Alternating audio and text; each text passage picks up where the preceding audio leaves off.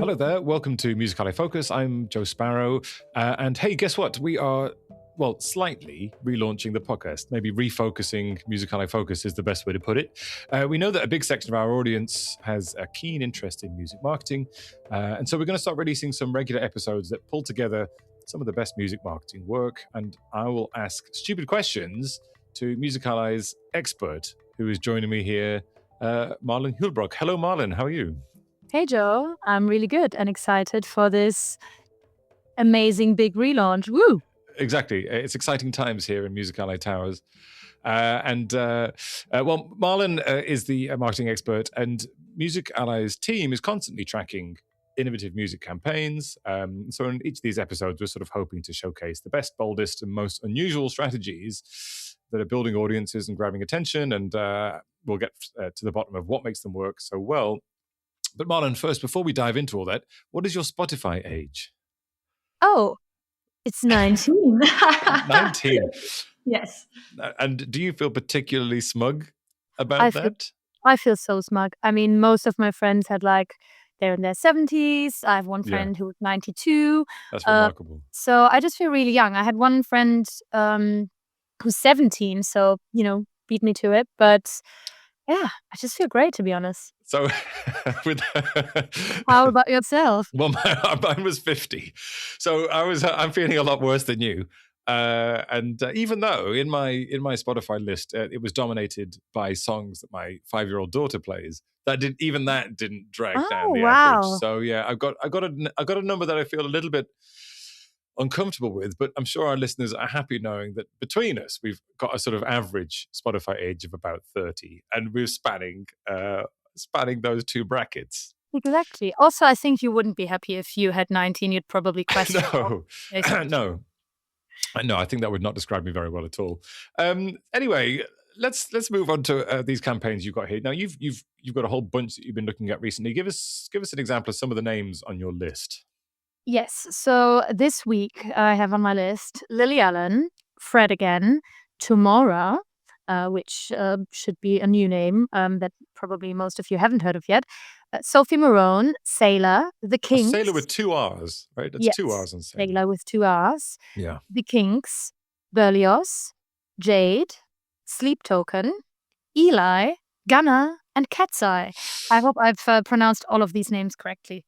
I think we can see now why you've got your young Spotify age. And I've really been trying to add in a sprinkle of other things that doesn't really, show too much of my music taste. But sure. So you've dropped the Kinks in for my benefit. Thank you for that. Now, well, look, let's go through. We're going to grab a bunch of these, as many as we can, in half an hour, and sort of talk about the campaigns and what made them work. Which one would you want to start with off that list? I would like to start with one that I think you'd be really, what's the right word? That would probably make you giggle if you don't know about it yet, which is Lily Allen. Are you aware that Lily Allen recently launched a butt plug, a USB butt plug containing her new album? Also, with kind of the butt plug looks like the jacket she's wearing on her new album. So it's kind of light blue with white spots. Did you know? First of all, no, I did not know that. But secondly, I'm not surprised. That feels very on brand for her. But thirdly, I'm grateful for you picking the best one to start the show with. So she's released this. So in the style of the clothes that she's wearing on her new record sleeve, a sex toy, because I'm saying that because you said butt plug so much, a sex toy that also doubles as a USB drive that contains her music. And I presume this is chart eligible, which is remarkable. I presume so too. Yeah. There's a lot of kind of connections there. So yes. It is marketing genius. That's why I've put it here on this list. So obviously her latest album is kind of detailing the end of her marriage and everything that happened there. And in great detail, I believe. Yeah. And one of the songs called Pussy Palace, she is great start, right? And thanks, Marlen. She is she's singing about the word that I've said too much already, and I think it's really deeply connected to what's in the album. So exactly. it's what's on the front cover. It's obviously about and it's detailing a story that is laid out in bare detail. Yeah. It's storytelling and world Wow. building, all of those buzzwords in And its finest. potentially a useful object in more ways than one as well. Exactly. And I think Fabulous. she had it like at her release party as well. Like I think I saw a picture on her social media where they were sitting down for a nice dinner. And I bet they were sitting down for a nice dinner. But yeah, I think it's genius. I might buy it. Keep us informed. Believe me, folks, next time we talk, we will ask about this and find out for sure. And I quite like the fact that it's a USB, which Right. I have another artist on this list as well, who's also recently released like a cool USB product. And I think that's, it's just quite exciting with cassettes, vinyl, USBs sort of all having a moment again. Let's try and link this to the other artist on your list then that's released something physical, because and of course to get some variety, because not everybody has the lyrical content or the I'd say daring to release what Liliana did. So what's the other one and what did they release? This is by Fred Again. So Fred Again recently launched, obviously it's December, Christmas season, all sorts of artists are coming out with special products that people might want to buy for Christmas. I don't, maybe you'll get it as a Secret Santa gift this year, Joe, that Liliana one. But yeah, so Fred Again released a USB necklace, which is like kind of a really high-end product. And in his case, it also makes a lot of sense because he has this album called USB, which is sort of this never-ending, constantly evolving album. So he frequently adds new tracks to it. Like a USB drive. Exactly. You get it. I got it. And he's currently on this like 10-city tour connected to it. And yeah, they've released this really beautiful, as I've mentioned, premium necklace with a USB on, which I think is really like a really nice idea as well. That's an interesting thing, isn't it? And that is a sort of interesting approach that we've spotted over the year of artists releasing things, physical things. We think of vinyl, we think of selling the music, right? But these are things that sell something else first that contain the music. And we've also seen stuff this year with a bunch of companies offering merchandise that have embedded music and they are chart eligible. So when you sell one of these pieces of merch at your gig, you are also selling essentially a record that bumps you up the chart. Do you think we're going to see more of this? I mean, it does you get sort of two things for one, don't you?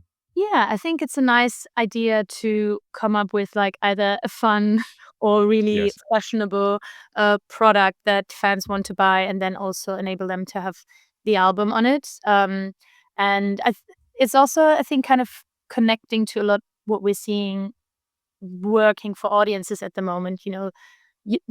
A lot of people craving nostalgia. It has this nostalgic element, kind of I don't know, are USBs from the 2000 era? Y2K? I guess, are they from the 90s? Being old enough to remember that is around the time it sort of came in, yes. Yeah, and also, I guess, just lots of things going back to those physical things as well. I guess people maybe liking the idea that even if they have all of the technology there to not have to exchange music via USB, it kind of creates this cool curator character that I think a lot of, again, younger audiences are sort of going back to the blog era. Like they're revisiting all of these concepts that have been there before. And so it ticks a lot of boxes, doesn't it? Because people want stuff. They want to be able to show that they've got that stuff, and it identifies them as a member of that artist's community, which is also something they want. And then you've also got this thing about escaping the algorithms and buying the thing, and it does the chart thing as well. So, and if you think about it, USBs, I mean, if you want to scale it down budget-wise, USBs are so cheap, right? You can go and buy, a lot for a small amount of money, and you could do something with them to recreate this on a small scale as well. Yeah, and I think, there's a lot of noise around, obviously, people being tired of social media, streaming services not always working out for everyone. And I think there's a lot of desire from fans to support artists in different ways. Obviously, Lily Allen and Fred Again are really big. But there's all of these new concepts of people, as you've mentioned, creating music with partners in a physical format where they can deliver music to fans in different ways. And Good. All right. Let's go for another one from your list. Who's next? Who is next? Yeah, actually, let's talk about the artist Sailor. Maybe she's done a cool thing. um, so This is this Sailor with 2 R's for those of you who are keeping exactly. track at home. So this is to promote the deluxe version of her new album, which is called Deluxe, and in brackets for my delusional ex. Okay. And so and what the artist and the team have done is they basically had people driving around in these black trucks simultaneously in New York City, Los Angeles, and Atlanta the day before release, and they like tagged these black trucks with like messages. For example, I hope you're happy. Like messages to her ex in her signature pink color. And the people driving around in those trucks would blast the new music from her album.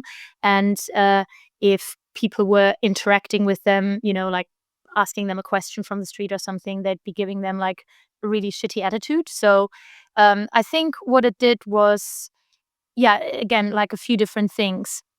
It did something tangible in the real world, obviously, like these cars driving around, blasting her music, which already kind of creates more awareness for it. But then obviously people filming those cars driving around, sharing it to social media, then also creates that bridge to creating conversation online.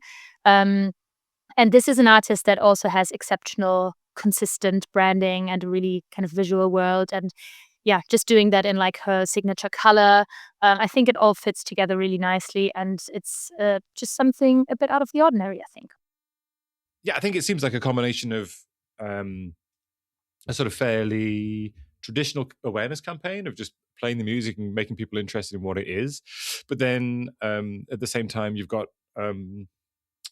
that extra sort of sticky element that helps people feel part of something, and they're going to share it, aren't they? So again, I like. Is this a thing now? Do you have to come up with Yeah, it's getting more almost than one like thing out of a campaign? I think it's almost like a mini art installation, and it's something we've seen a lot of this year. Thinking of something, obviously everyone does listening events and stuff like that. But thinking of something you can do in the real world that's maybe not just reaching your artist fan base, but like is something that is just a bit interesting and captures people's attention and gets them to kind of stop and look and interact with the artist. Yeah. Okay, good. Let's move on to another one then. We're rattling through these. That's good. Yeah, so I'd actually love to talk about this new duo that has launched, which created some excitement in the past week. So this is an artist project called Tomora. Have you heard of them, Joe? I have not. And for spelling enthusiasts out there, that's tomorrow with an A at the end. So it's tomorrow. Yeah. Oh, It Tomora. might sound like tomorrow, but it's tomorrow. I haven't heard of them. Tell me about them. Tell me where they're from. Who are Yes. they? So this was kind of launched as a really secretive project. The goal was, I guess, to get audiences to wonder who is this, because this artist was announced on various festivals next year, including Coachella. So Oh, obviously, there was some intrigue there. People wondering who is this artist Tomora on the Coachella lineup, but we've never heard of them. There's no music released. And obviously, the team made sure that there was going to be a lot of breadcrumbs to find by people who were interested. Probably also helped fuel that conversation a little bit in Reddit forums and so on. I see. Um, but yeah, basically, what people that were interested in could find was a website with like a snippet. There was a snippet going on SoundCloud Okay. and like social media profiles. So by looking at all of these different clues, people eventually pieced together that this is a new collaboration between Aurora, the Okay. Norwegian artist, and Tom Rowlands from the Chemical Brothers. Oh, and that So kind of makes sense in their artist name as well. Tomora. exactly. And you know what? Our colleague Stu, when I played the snippet in the office really loudly and said this has something to do with Aurora, he said, kind of sounds like a collaboration with the Chemical Brothers. So, you Wow. know, yeah, So it Stu does. called it. So Yeah. so what's happening? Our esteemed colleague Stuart Dredge, either called it and got it right, or is involved in this secretive project some way. Of course he would be. Yes, We yes. just Oh, don't he just know. has really good ears. We really don't know. Yeah, well, Uh, it could just be that. Yes. Yeah. yeah, but yeah, it was. I think it was interesting how they launched it with like, as again this intrigue bit going live first with the festival announcement, then having Yeah. that website, having that SoundCloud snippet, and social media channels before kind of announcing wider. And Aurora, for example, she has a fan base. They just find everything, so that's obviously something that the team was able to count on, that if they Right. were giving them the right clues, they would find this profile, they would carry on the Yeah. conversation for them as Now, well. a few weeks ago, I edited the Music Ally's flagship report of the year, campaigns of the year, and that meant me reading everything. And the one thing that struck me was that this is what people were trying to do, which is okay, not always perhaps an anonymous artist, but they really were trying to build this sort of, like you said, the breadcrumbs of things for fans to find, putting things out there and not really announcing it, and hoping that people follow those clues. This is something that, I mean, it's happening a lot. So my question is why? Like why build this sort of second world for people to discover? hmm Well, I think the one of the other buzzwords this year, when it came to people submitting campaigns to us, is fan-led campaigns. So I Right. think there's been a realization for a while that you can come up with something and kind of prescribe what the marketing campaign would look like, but if people don't vibe with it and or that they don't talk about it, it often doesn't go further. So I think a lot of the release campaigns these days are really starting by thinking about what can we do that actually makes the existing fan base talk about it, Right. because music fandom is also so fragmented now. Like, you can be in your own bubble even though something is so big and it doesn't reach outside of that. A lot of focus is just on making sure that your artist niche and their fan base, they are excited about it and they're talking about it, Mm. which often has much more effect than doing the big things like buying the big billboards or whatever. And I think that's key to this, really thinking about creating that world, getting the people that are invested the most in the artist excited, so they share on their channels, they start Yeah. having a conversation with each other, and you're really reaching those people that care the most and stream the most and buy the most. You asked me before we recorded if I had anything I wanted to talk about, and my Yes. answer was essentially, folks, was this is your job, and I'm just asking the questions. But this one about the this sort of anonymous artist reveal, the story that caught my eye this week was the UK rapper SD Kid. That's in order for just to continue the theme here. That's spelled ESDEE and then Kid. So UK rapper SD Kid has sort of exploded recently, not just in the UK but also in the US. But a big part of that explosion was a conspiracy theory, a rather mundane conspiracy theory that went around online, that the SD Kid, who is anonymous and raps behind a mask, is actually the hot actor Timothy Chalamet. And Timothy who? Can you Sh- say that again? Sh- Chalamet. Sorry. Anyway, let's go with Timothy Chalamet. Yes. So there's this conspiracy theory that SD Kid is actually Timothy Chalamet, but there's no proof about this, and neither the artist or the actor, whose name I can't pronounce, has actually talked about it. However, it's meant that an enormous amount of streams has happened and a lot more attention. For example, SD Kids, I'm reading from the Billboard article here, SD Kids catalog earned over, nearly 6 million official on-demand streams, according to Luminate, before these rumors came out. And then the week after it, that went up by 55% to over 9 million official streams. So having a lot of people think that you are a famous actor is very beneficial for your career. Yeah, it's funny because our team, we were looking at him, we created like a piece of content about him for our Music Ally Pro platform, where we looked at a few different artists and like sort of how they market themselves without actually overly marketing themselves. And he was one of the artists we looked at. And this was just before this whole thing happened. And we were saying how actually he is very understated, but like part of his appeal is that he has this Scouse accent and it's all about like where he's from. And obviously he was already really like big within his community in the UK, but also had been making waves in the US, because at the moment in the US, like a lot of underground rap from the UK is doing really well, but he hadn't kind of hit that mainstream yet. And so we had this piece of content going out, and like a few days later, all of a sudden, this whole news broke, and he's on the Billboard charts and everything. And it did make us wonder as well, because we looked into it. We were like, is this just really coincidence? Or we saw as well Timothée Chalamet has a movie coming up. Is this something that behind the scenes, because this is a strategy that a lot of labels do as well, just like spreading rumors via different accounts. It doesn't even have to be seen to come from the artist or his team. You can just find different ways of actually creating that rumor or that conversation, which is not to say that happened, but if it did, I think they've done it so well. Genius. Yes, whether they organize it or not, they rolled with it really well. So hats off to SD Kids team. And while you were talking, not that I wasn't listening, but apparently the correct pronunciation of his name is Timothée Chalamet. Really? Chalamet. Let me get that right. Timothée Chalamet. Oh, wow. Okay. So but no one uses that apparently. That's just how it should be. Okay, let's pick one or two more from your list. Who can follow that? Yes. Who can follow that? Let's have a look. Well, I would like to also talk about, some kind of smaller artists, and one artist that I really love, a singer-songwriter from Finland called Sophie Marone.